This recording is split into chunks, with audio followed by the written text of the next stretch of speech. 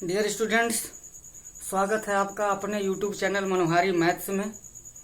मैं आशा करता हूं कि आप पूर्ण रूप से स्वस्थ होंगे, अध्ययनरत होंगे। आज हम लोग द्विघात समीकरण के अंतर्गत रेलगाड़ी की चाल, तय करने वाली दूरी और लगने वाले समय पर आधारित इबारती प्रश्न से द्विघात समीकरण बनाना सीखेंगे। तो आइए एक उदाहरण लेते हैं। एक रेलगाड़ी सामान्य चाल से 90 किलोमीटर की दूरी तय करती है। यदि चाल 15 किलोमीटर प्रति घंटे अधिक होती तो यात्रा में 30 मिनट समय कम लगता। सामान्य चाल कितनी है? सामान्य चाल हमको ज्ञात करनी है। तो सबसे पहले तो हम मान लेंगे कि माना रेलगाड़ी की सामान्य चाल 100 किलोमीटर प्रति घंटा है। अब सामान्य चाल से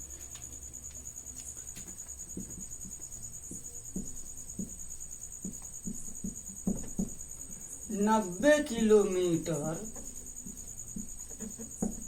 की दूरी तय करने में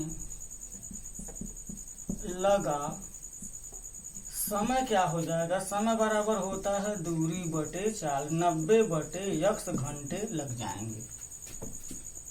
अब नई चाल क्या है? नई चाल बराबर क्या हो गया? सामान्य चाल तो 100 किलोमीटर प्रति घंटा, नई चाल 15 किलोमीटर प्रति घंटा अधिक हो गया, तो x धन 15 किलोमीटर प्रति घंटा यह चाल हो जाएगी।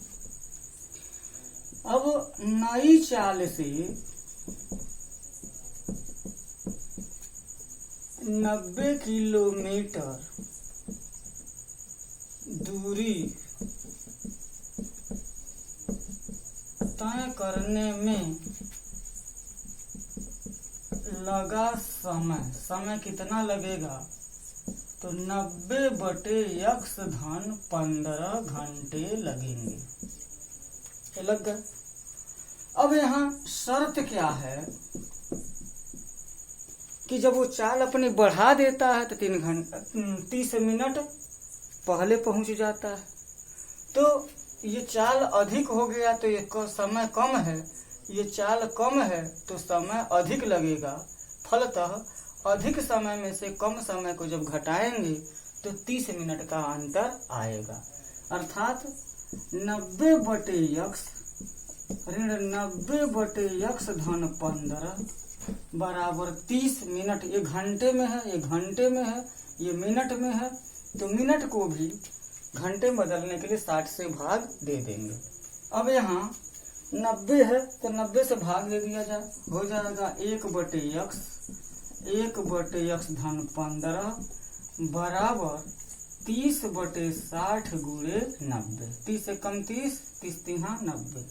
अब यहाँ पर लौसा ले लिया जाएगा। लौसा ले लेंगे तो x इंटू x धन 15, x से x कटेगा, x धन 15, x धन 15 से धन 15 कटेगा तो x हो जाएगा बराबर 1 बटे 180 हो जाएगा। x से x कट जाएगा।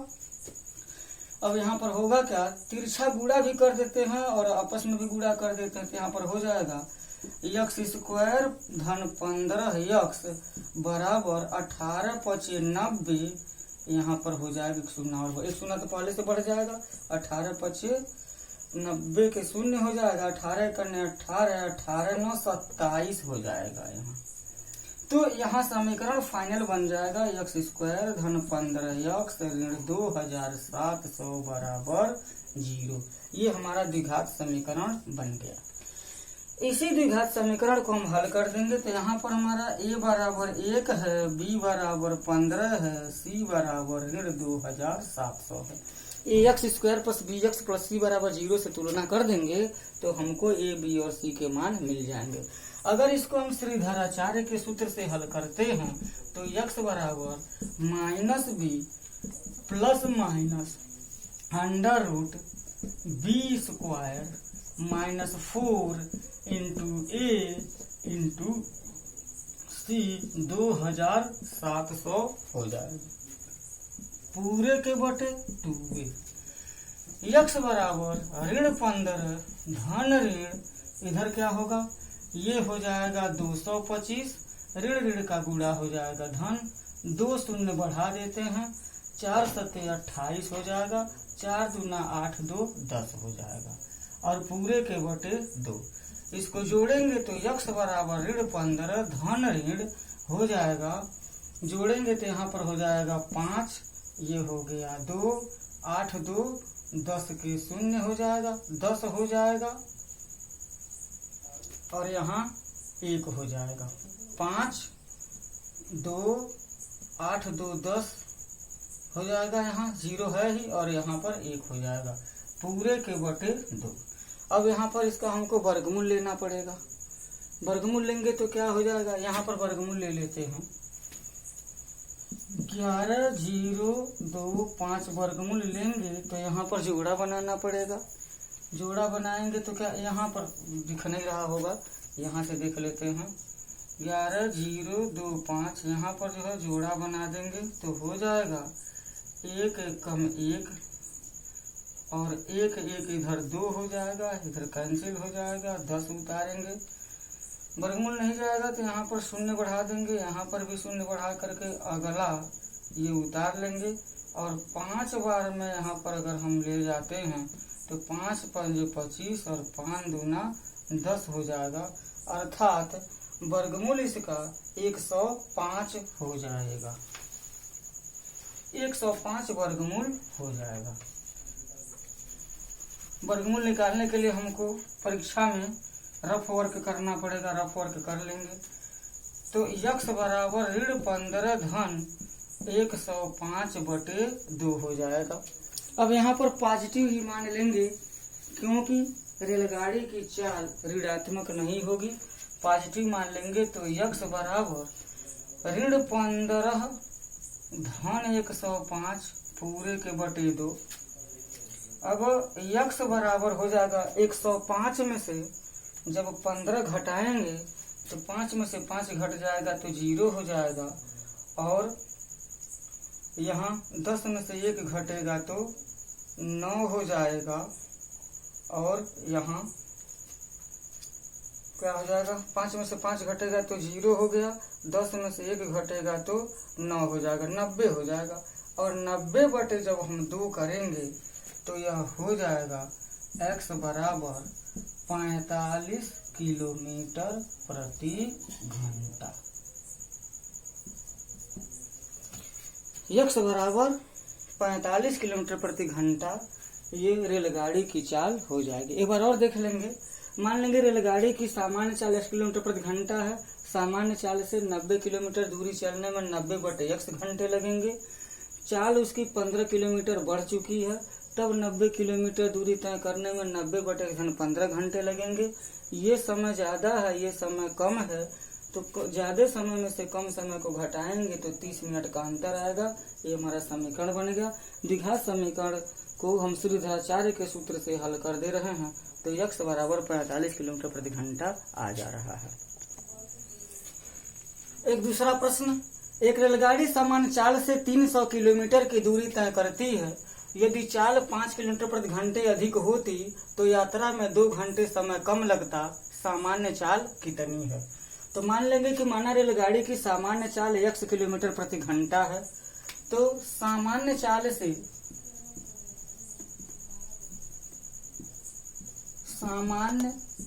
से 300 किलोमीटर दूरी तय करने में लगा समय कितना हो जाएगा? समय बराबर दूरी बटे चाल, यह x 300 बटे x घंटे। अब नई चाल कितनी हो गई? नई चाल बराबर 5 किलोमीटर प्रति घंटे अधिक होती तो x धन 2 किलोमीटर प्रति घंटे यह चाल है। तो नई चाल से लगने वाला समय, नई चाल से लगने वाला समय 60 में लिख दे रहा हूँ। कहाँ लगने वाला? वही 300 किलोमीटर की दूरी तय करने में लगने वाला समय 300 बटे x धन 5 घंटे हो जाएंगे। अब यहाँ पर प्रश्नानुसार क्या हो जाएगा?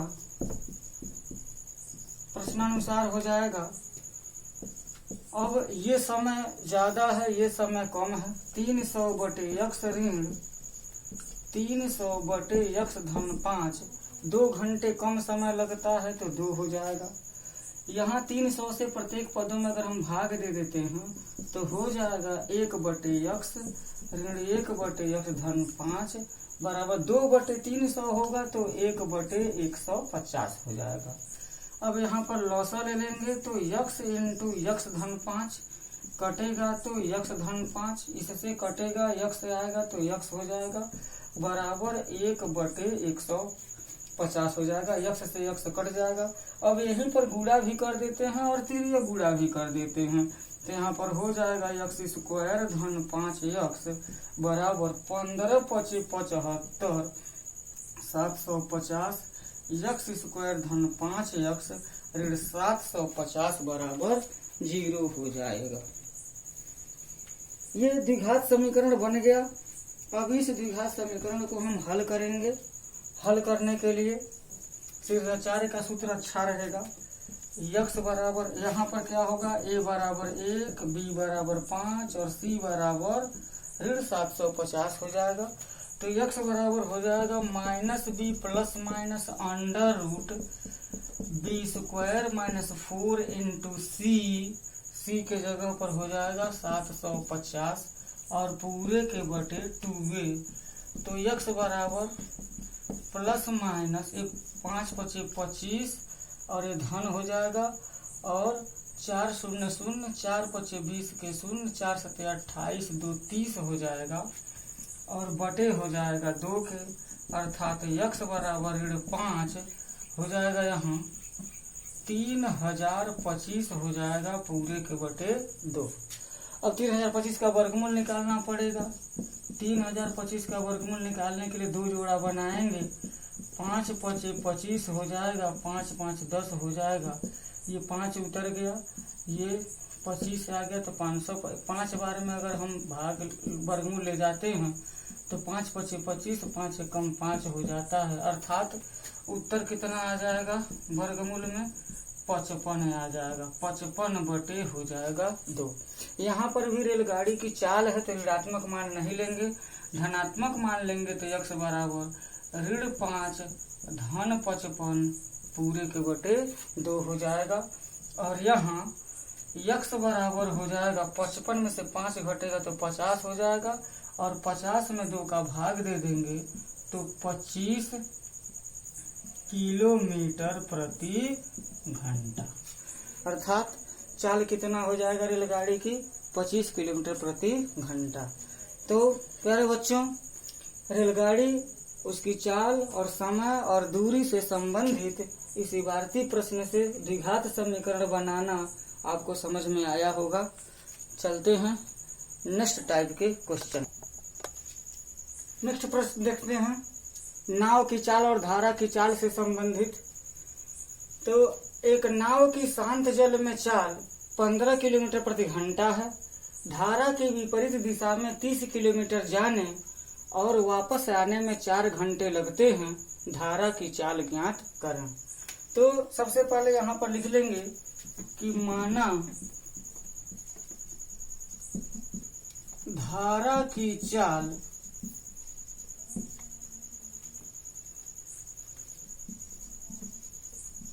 x किलोमीटर प्रति घंटा है। तो इसमें होता यह है, अगर धारा की दिशा कुछ यूं है तो धारा की दिशा में नाव की चाल हो जाती है 15 धन x किलोमीटर प्रति घंटा और धारा के विपरीत दिशा में आने पर चाल क्या हो जाएगी 15 ऋण x किलोमीटर प्रति घंटा। नाव की चाल में से धारा की चाल घटती है, न कि धारा की चाल में से नाव की चाल घटती है। तो यहाँ पर क्या हो जाएगा, यहाँ पर लिख देंगे धारा की दिशा में चाल हो जाएगी धारा की दिशा में चाल 15 धन x किलोमीटर प्रति घंटा और धारा की विपरीत दिशा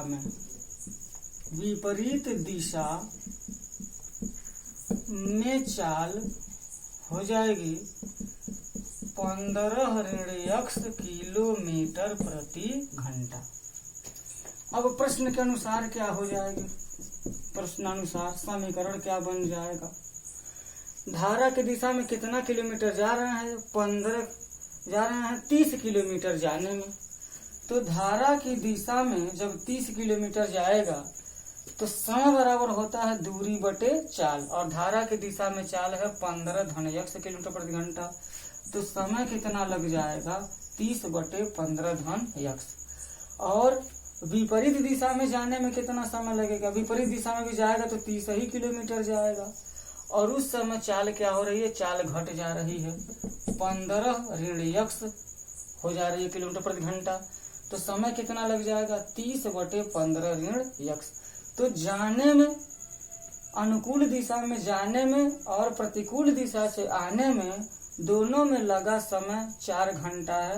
अर्थात इन समयों को जब हम जोड़ेंगे तो 4 घंटे के बराबर हो जाएगा। ये हमारा समीकरण बन जाएगा। समीकरण बनाने के लिए क्या करेंगे, 30 से भाग दे देंगे, 15 धन x धन 1 बटे 15 ऋण x बराबर 4 बटे 30। भाग देंगे 30 से 30 कट जाएगा, 30 से 30 कट जाएगा, 4 बटे 30 बच जाएगा। अब यहाँ पर हम लौसा ले लेते हैं। लौसा ले लेंगे तो बीजगणित में लौसा लेना बहुत आसान है। यहाँ पर 15 धन x और 15 ऋण x 2 पद हैं, और इनका जब हम लौसा ले लेंगे तो कुछ नहीं, दोनों को बस एक पास लिख लेंगे। यहाँ से कैंसिल हो जाएगा तो 15 ऋण x, यहाँ से ये कैंसिल हो जाएगा तो हो जाएगा 15 धन x बराबर 2 बटे 15 हो जाएगा। 4 बटे 30 को जब न्यूनतम रूप में बदलेंगे तो 4 बटे 30 आ जाएगा। अब यहाँ से x कैंसिल हो गया, तिरछा अगर यहाँ पर देखते तो 15 हो जाएगा 30 बटे, और एक कोष्ठक में a प्लस b, दूसरे कोष्ठक में माइनस b होता है तो स्क्वायर माइनस b स्क्वायर होता है, यानी कि 15 का वर्ग हो जाएगा 225 ऋण x स्क्वायर बराबर 2 बटे 15। यहाँ तिरछा गुणा करेंगे तो आएगा कितना, 450 ऋण 2x स्क्वायर बराबर 15 तिहा 45, 450 हो जाएगा। फाइनल समीकरण हम बनाएंगे तो समीकरण बनेगा, ये धनात्मक हो जाएगा, ऋण 2x स्क्वायर है तो धन 2x, इसको उधर ले जाते हैं 2x स्क्वायर हो जाएगा। और इसको जब 450 से या 450 तो ये कैंसिल होने जा रहा है, 250 का 15 तो यहाँ 45 हो जाएगा। तो यहाँ हो जाएगा क्या, देख रहे हैं कि दोनों में इसको 2x स्क्वायर हो जाएगा, फिर बराबर 450 ऋण 450 हो जाएगा, इधर से हो जाएगा 2x स्क्वायर बराबर ये हो जाएगा 0, या x स्क्वायर बराबर 0 बटे 2 तो 0 हो जाएगा। x बराबर करड़ी में 0 होगा, अर्थात x बराबर 0 किलोमीटर प्रति घंटा। धारा की चाल कितनी हो गई, 0 किलोमीटर प्रति घंटा। इसका मतलब ये होगा, घबराने की जरूरत नहीं है कि धारा की चाल 0 किलोमीटर प्रति घंटा कैसे हो गई, वो स्थिर जल है। अब मान लीजिए कि कोई नदी होगी और जल जो है स्थिर है, बहाव की स्थिति में नहीं है, तो धारा की चाल 0 किलोमीटर प्रति घंटा हो जाएगी। देख लेते हैं सवाल सही कि गलत है, समीकरण को संतुष्ट करेगा तो सही है, नहीं तो सवाल ही गलत है। तो यहाँ पर क्या हो जाएगा, x बराबर जब 0 भरेंगे, यहाँ देखिए 30 बटे 15 जीरो करेंगे तो 30 बटे 15 बराबर 2 घंटा। अब यहाँ पर भी 15 में से जब 0 घटाएंगे तभी 15 ही आएगा, और 30 बटे 15 बराबर हो जाएगा 2 घंटा। 2 घंटा ये बराबर क्या हो जाएगा, 4 घंटा। समीकरण को संतुष्ट कर रहा है। ये सवाल उस समय सही है जब धारा की चाल 0 किलोमीटर प्रति घंटा है। नेक्स्ट प्रश्न, एक मोटर बोट जिसकी स्थिर जल में चाल 24 किलोमीटर प्रति घंटा है, धारा के प्रतिकूल 32 किलोमीटर जाने में वही दूरी धारा के अनुकूल आने में 1 घंटे अधिक लेती है। धारा की चाल ज्ञात करें। तो हम ये देख रहे हैं कि ये है धारा। स्थिर जल में चाल 24 किलोमीटर प्रति घंटा है।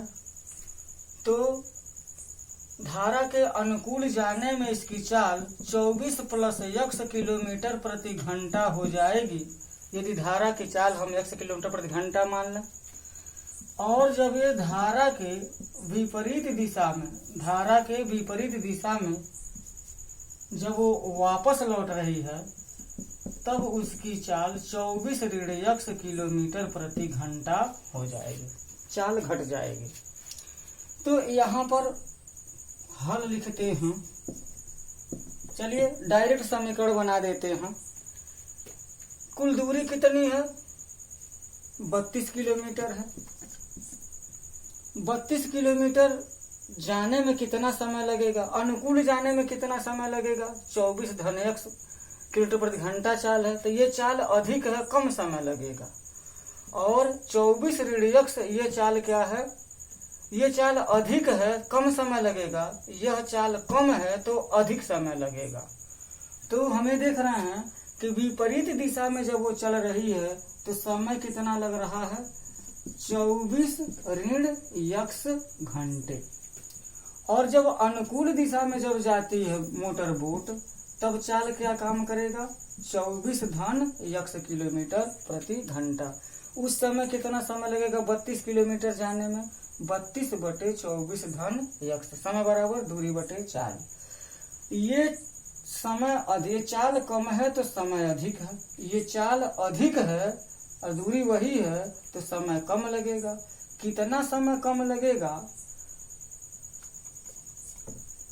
घटा देंगे तो 1 घंटा लगेगा। यहाँ पर लिखा है 1 घंटा अधिक लगता है, यानी कि जब विपरीत दिशा में चलता, धारा के विपरीत दिशा में चलता तो 1 घंटा समय अधिक लगता है। तो यही अधिक समय है और ये कम समय है, घटा देंगे तो 1 घंटे का अंतर आ जाएगा। अब यहाँ हो जाएगा 1/24 ऋण x ऋण 1/24 धन x बराबर 1/32। यहाँ लॉसा ले लेंगे तो 24 ऋण x 24 धन x कॉमन यहाँ पर लॉसा हो जाएगा, ये कैंसिल हो जाएगा। तो 24 धन x, इससे ये कैंसिल होगा। 24 ऋण x होगा, उसके पहले ऋण का चिन्ह है तो ऋण 24 धन x हो जाएगा बराबर 1/32। ये 24 से 24 कट जाएगा। x धन x बराबर हो जाएगा 2x, और एक कोष्ठक में a + b, दूसरे कोष्ठक में a - b है, तो a² - b² का फार्मूला लागू हो जाएगा। तो 24 का वर्ग हो जाएगा 576 ऋण x² बराबर 1/32। अब यहाँ तिरछा अगर गुणा करते हैं तो हो जाएगा 576 ऋण x² बराबर 32 दूना 64 x हो गया। इसको उधर कर देते हैं तो यह हो जाएगा x² धन 64 x, और इसको भी पक्षांतर करके इधर लाएंगे तो हो जाएगा ऋण 576 बराबर 0 हो जाएगा। ये द्विघात समीकरण हमारा बन गया। द्विघात समीकरण बन गया तो अब इसको हल करेंगे, हल करके x का मान लाएंगे। तो इसको हल कैसे करें?